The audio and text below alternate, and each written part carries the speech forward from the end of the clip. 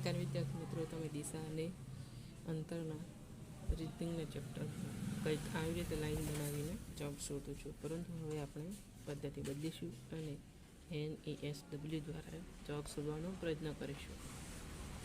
પૂર્વ પશ્ચિમની વિરુદ્ધ છે જ્યારે ઉત્તર દક્ષિણની વિરુદ્ધ સંખ્યા છે. અહીં લેવાયેલા તમામ વળાંક જમણી બાજુના હતા, તો તેને આપણે શરૂઆતમાં જે 12 લીધેલા તે આવી રીતે દક્ષિણમાંથી 12, પછી 12, પછી 8, 14 અને 2 રીતે લખી દઈશું.